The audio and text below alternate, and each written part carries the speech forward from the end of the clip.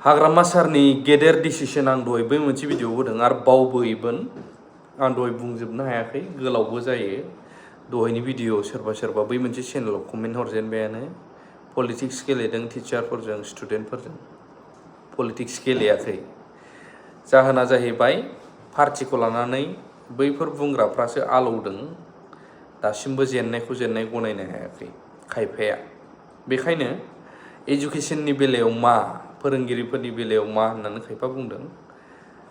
issue खालामखाबाय हाग्रामा सारा बेनि सायावबो आं फरायनानै होनो एसे खोनासं बे जानला मोनला लिरलाबायनाय बा माबा नङा बियो माइनुट इसि जायखौ एग्जिकिउटिभ काउन्सिलावहाय पास खालामखानाय बियो जोंहा बिटिसिआव पावारा दं नालाय बे जाहैबाय आरो मा इन्ट्रेस्टिं आं खिथाबावगासिनो दङ The EC discussed the process of recruitment and advertisement of total number of 984 posts of lower primary LP and upper primary UP teachers in BTC and instructed the Secretary Education Department BTC to review the process of verification of documents press in consultation with concerned EMBTC दा बाव directly बुंदों जायफ्रा टटेल 984 पस्टआवहाय LP आरो इउपि primary टिचार्सफोरनि फोरोंगिरिफोरनि post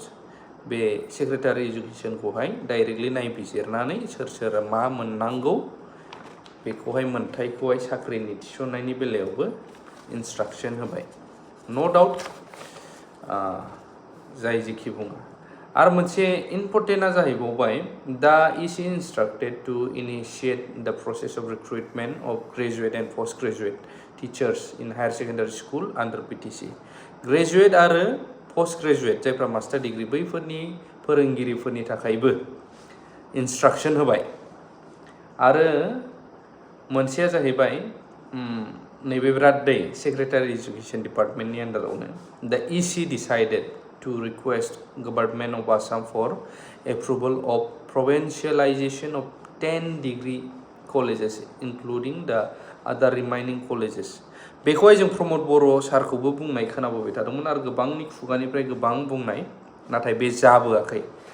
मोन 10था degree कलेजफोरखौहाय प्रभिन्सियेलाइजेसन खालामनाय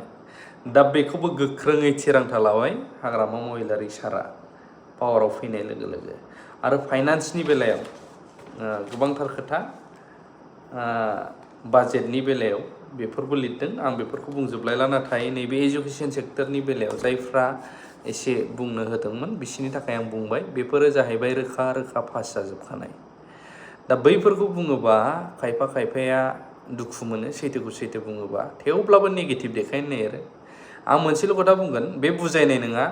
रावखौबो बुजायनाया आंनि मोनदांनायसो मालायखौ जेसेनो गाज्रि नेगेटिभ देखायनो नाजागोन बा सानगोन गावसो गोग्लैयो बै नेगेटिभ खालामजाग्राया गोलैया जों गावसो गोलैयो नैबे आंनि मोनदांथि आरो बुजिनाय आं बेखौ शेयारसो खालामदों बे आरो दा हाग्रामा सारखौ जेबो डिसिसन लायाखै मावाखै होनदों खिन्थु बहुद आग बारायजेनबाय दासिमावनो सानथ्र'हायै आरो खामानिनि मानिबो दावराव जानाङा नोंथांमोना लाखहायै खामानि मोनगोन गासिबो ब्लक प्राइमारि लेभेलसिम गासिबो राननानै हरजोबगोन आरो हरहांबायानो मोनजोबगोन आरो इयुथ्सफोरनि 100 crore सायावबो गोबां नेगेटिभ माबा होगासिनो दङ सिन्था खालामनांगौ गैया बयबो समानै मोनगोनखौ आं आसा खालामो जिबायदि हाग्रामा सारा दायो डिसिसन लादों बेबायदि आरोना रायजोफोर जायफ्रा गाज्रि मोनग्राथार गाज्रि कमेन्ट होलांदोलाय स्रायनो लाभ इउ अल